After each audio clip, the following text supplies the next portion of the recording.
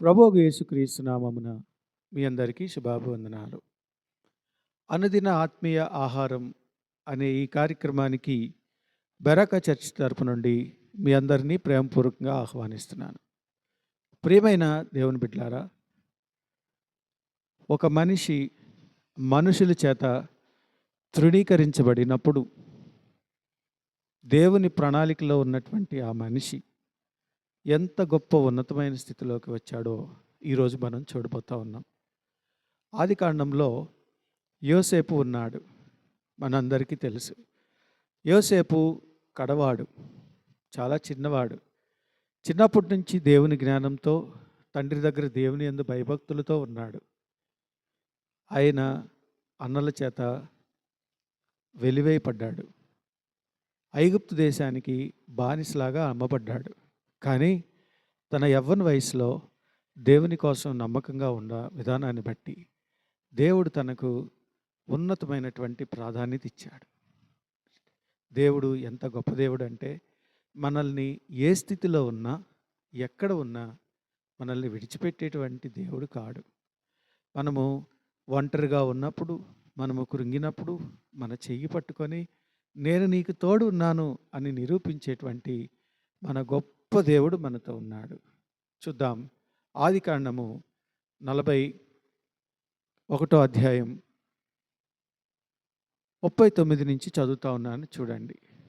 మరియు ఫరో, దేవుడు ఇదంతయు నీకు తెలియపరచెను గనుక నీవలే వివేక జ్ఞానములు గలవారెవరునూ లేరు.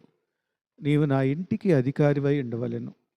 నా ప్రజలందరూ నీకు విధేయులై ఉందురు. సింహాసన విషయంలో మాత్రమే నేను నీకంటే పైవాడునై ఉందునని యోసేపుతో చెప్పాను.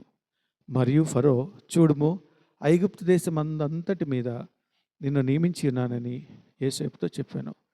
మరియు ఫరో తన చేతినున్న తన ఉంగరాన్ని తీసి యోసేపు చేతిని పెట్టి సన్నపు నారబట్టలు అతనికి తొడిగించి అతని మెడకు బంగారు గొలుసు వేసి తన రెండవ రథం మీద అతన్ని ఎక్కించాను. చూడండి ప్రియమైన దేవుని బిడ్డలారా, 44వ వచనం కూడా చదువుతాను, చూడండి. మరియు ఫరో యోసేపుతో, ఫరోను నేనే, అయినను నీ సెలవు లేక ఐగుప్తు దేశమందంతటను ఏ మనుష్యుడును తన చేతినైనను కాలినైనను ఎత్తకూడదని చెప్పాను. ఎంత ఒక రాజు ఒక బానిసకు, ఐగుప్తు దేశానికి బానిసగా కొనుపోబడినటువంటి యోసేపుకు దేవుడు ఎంత ఆధిక్యత ఇచ్చాడో తెలుసా? రాజు కలభావాన్ని యోసేపు తెలియజేసినప్పుడు, ఆ భావాన్ని చూసినప్పుడు, దేవుని యొక్క ప్రాధాన్యత యోసేపు రాజు ముందు తెలియజేసినప్పుడు, ఆ భావం విన్నప్పుడు రాజుకు అది సమంజసం అనిపించింది. అందుకనే నీ వంటి దేవుని ఆత్మగల మనుషుడు వేరే ఎవరైనా ఉన్నారా అని చెప్పి అక్కడ వారందరి ముందు యోసేపును పైకి లేవనెత్తినటువంటి వాడు రాజు. అంతేకాదు, నేను ఫరోను నేనే, అయినా కూడా నీ సెలవు లేకుండా ఒకడు చేతినైనను కాలునైనను ఎత్తకూడదని చెప్పాడు. ఎంత గొప్ప ఆధిక్యత కదా! నిజమే దేవుని బిడ్డలారా, మనము దేవుని సన్నిధిలో ఉన్నప్పుడు మనకు కష్టం వచ్చినా, నష్టం వచ్చినా, శ్రమ వచ్చినా, పాపం చేసే అవకాశం వచ్చినా, యోసేపు పాపము నుండి పారిపోయాడు కదా. ఆయన పాపము నుండి పారిపోయినప్పుడు తనకు వచ్చినటువంటి ప్రతిఫలం ఏంటో తెలుసా? జైల్లో వేయబడ్డాడు. కానీ దేవుని సన్నిధిలో ఉన్నటువంటి యోసేపు ఈరోజు ప్రధానమంత్రి అయ్యాడు. దేవుడు నిన్ను అలా చేయాలని ఆశపడతా ఉన్నాడు. నీ పరిస్థితి ఏదైనా, నువ్వు ఎక్కడున్నా, నీవు నీ కుటుంబంలో ద్వేషించబడిన వాడివైనా, నీ సంఘంలో వెలివేయబడిన వాడివైనా, నీ ఆఫీస్లో నెగ్లెక్ట్ చేయబడిన వాడివైనా, నీవు దేవుని దగ్గర నమ్మకంగా ఉంటే, నీ పరిశుద్ధతను నువ్వు కాపాడుకుంటే, నీ నీతిని నువ్వు కాపాడుకుంటే, దేవుడు నిన్ను ఉన్నతమైన స్థితిలో తీసుకొని రాబోతా ఉన్నాడు. నిన్ను ఎవరైతే అవమానపరిచారో, నిన్ను ఎవరైతే ద్వేషించారో, నిన్నెవరైతే తక్కువగా చూశారో వారందరి ముందు నీ తలను పైకెత్తటమే కాకుండా నీకు గొప్ప స్థితిని దేవుడివ్వాలని ఆశపడతా ఉన్నాడు.